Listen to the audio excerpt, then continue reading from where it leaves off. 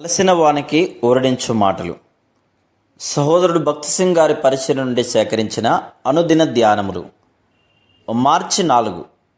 నీ స్వబుద్ధిని ఆధారం చేసుకొనక నీ పూర్ణ హృదయంతో యెహోవా యందు నమ్మకముంచుము. సామెతలు 3:5.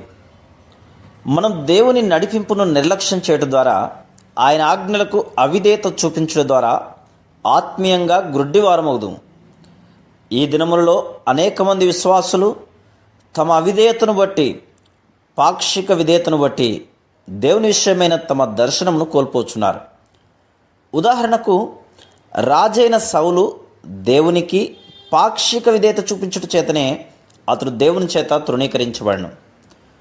దావీదు కూడా జనసంఖ్య ఎంతైనది లెక్కించవలనని శోధనబడి తన బలమును బట్టి గర్వించెను. 2 సమూయేలు 24:2-3 తాను పొందిన విజయములన్నీ దేవుని వల్లనే కలిగినవనియు, తన సైన్య బలమును బట్టి ఏమాత్రం కాదని దావీదుకు బాగా తెలుసు. తన బలమును బట్టి కానీ, తెలివితేటలను బట్టి కానీ తాను గొల్లియాతును ఓడించలేదు. అతడు సైన్యములకు అధిపతియగు యెహోవా నామమున యుద్ధము చేసి గొల్లియాతును ఓడించెను. 1 సమూయేలు 17:45-50. అయినప్పటికీ తన వృద్ధాప్యంలో తన సైన్య బలమును లెక్కించవలనను శోధనకు గురి అయ్యాను. సైన్యాధిపతియగు యోవాబు దావీదును ఈ పొరపాటు నుండి తప్పించుటకు ప్రయత్నించెను. కానీ దావీదు తీర్మానమే నెగ్గెను. దావీదు నేత్రములు అత్యధిక సంఖ్యలోనున్న తన ప్రజలపై ఉన్నవి కానీ దేవుని మీద లేవు. అందుచేతనే దేవుడు అతనిని కళ్ళములో సాగిలపడి ప్రార్థించు అనుభవంలోనికి తెచ్చెను. ఆ విధంగా దావీదు ప్రభునందే నమ్మకముంచుటకు నేర్చుకొనెను.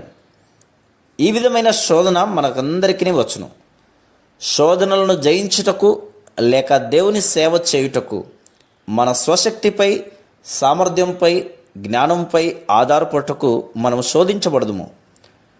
చాలామంది వారి కెమెరాలు, భవనములు, ఆస్తిపాస్తుల మీద ఆధారపడదురు. వీటినన్నిటినీ కలిగి ఉండుట ద్వారా మంచి ఫలవంతంగా కాగలమని తలంచుదురు. ప్రతి పరిస్థితిలోనూ మంచి ఫలవంతమైన పరిచర్య కొరకు మనలను మనము ఆయనకు అప్పగించుకొనవలెను. బోధకులు సైతం గత కాలంలో తాము పొందిన ఆశీర్వాదములపై, తాము సాధించిన విషయములపై ఆధారపడిన గొప్ప ఫలమును పొందు అవకాశమును కోల్పోదురు. ప్రతిదినము మన ప్రభువైన దేవుణ్ణి మన నాలుకను, పెదవులను, గొంతును తాకి తన ప్రజల కొరకైన ఆయన సొంత వర్తమానమును ఇవ్వవలసిందిగా అడగవలను. అప్పుడు మాత్రమే మన పరిచర్య ఆశీర్వదించబడి జీవయుక్తముగాను మరియు ఫలవంతంగాను ఉండును. ప్రతిదినము మనము మోకాళ్ళపైకి వెళ్ళి ప్రభువును మనల్ని అభిషేకించమని, నూతన వర్తమానం నిమ్మని అడుగుట ఎంతో అవసరమైంది. మనము వర్తమానముల కొరకై సిద్ధపడకై మన తెలివితేటలపై కానీ, సామర్థ్యము, బలముపై కానీ ఆధారపడకూడదు. ఎందుచేతనగా అది మనలను ఉపయోగకరమైన, విజయవంతమైన జీవితమునకు నడిపించదు. దీనినంతటినీ బోధించుటకై దేవుడు యెహోషువతో ప్రజలకు సున్నతి చేయించుమని చెప్పెను. తమ స్వంత యుద్ధ ఆయుధములపై కానీ, గొప్ప గొప్ప సైన్యముపై కానీ, వారి సొంత జ్ఞానము, ప్రణాళికపై కానీ ఆధారపడకుండా ప్రభు యొక్క బలంపై ఆధారపడటం వలన మాత్రమే వారు ఆ 7 గొప్ప జాతులను వారిని జయించి కనాను దేశమును స్వాధీనపరచుకొనగలరని వారికి జ్ఞాపకం చేసెను. Praise the lord.